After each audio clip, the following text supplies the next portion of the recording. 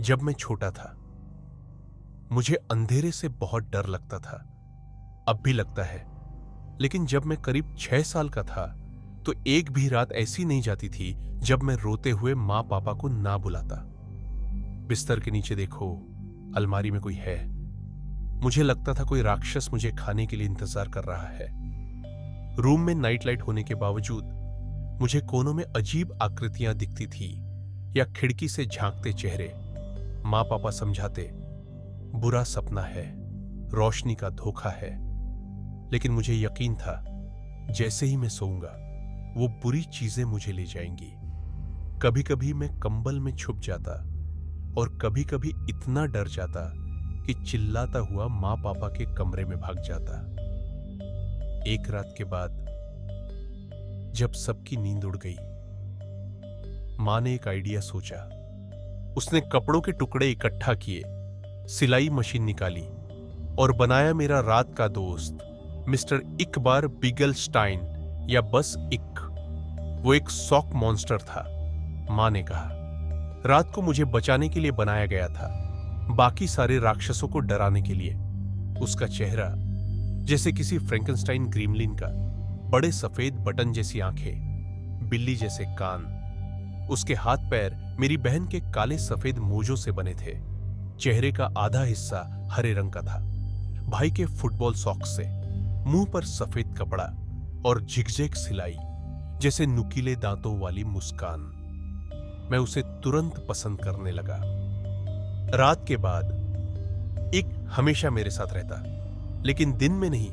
उसे सूरज पसंद नहीं था। स्कूल ले जाता तो नाराज हो जाता। रात को वो मुझे बताता राक्षस कहां छुपे हैं। अगर अलमारी में कुछ था, एक वहीं बैठता। अगर खिड़की पर कोई था, एक शीशे से चिपक जाता। अगर बिस्तर के नीचे कोई हेरी बीस्ट था तो एक वहीं चला जाता। कभी कभी राक्षस सपनों में होते थे तो एक मेरे साथ सपनों में भी जाता।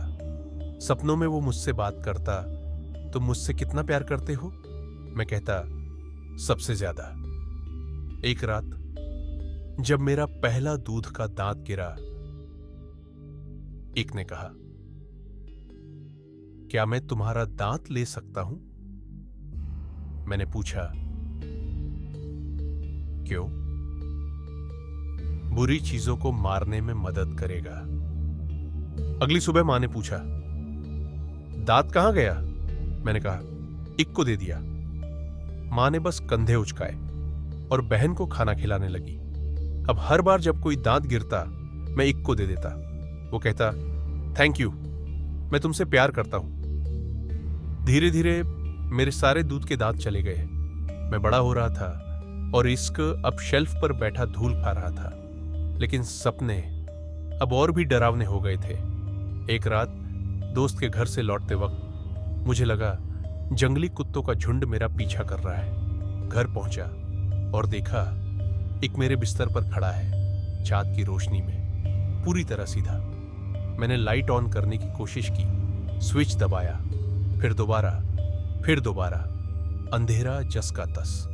मैं धीरे धीरे दरवाजे की तरफ बढ़ा। आंखें इक की परछाई पर टिकी थी।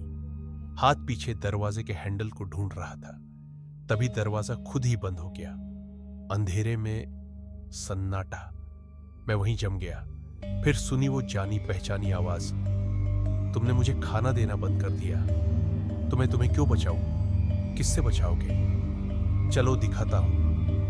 मैंने पलक झपकाई और सब बदल गया। अब मैं अपने कमरे में नहीं था, एक डरावने जंगल में था। पेड़ों से लटके अधूरे भ्रूण, जमीन पर रेंगते मांसाहारी कीड़े, हवा में सड़ते मांस की बदबू, आसमान में हरे बिजली के चमकते टुकड़े, दूर से आती चीखें जो इंसानी नहीं लगती थी। मेरे सिर में दर्द, आंसू बहने लगे। फिर एक की आवाज, मेरे बिना तुम्हारी दुनिया ऐसी हो जाएगी। मैं ही हूं जो इसे रोक सकता हूं। मुझे जो चाहिए वो दो। मैं जाग गया, इससे पहले कि पीछे मुड़ पाता।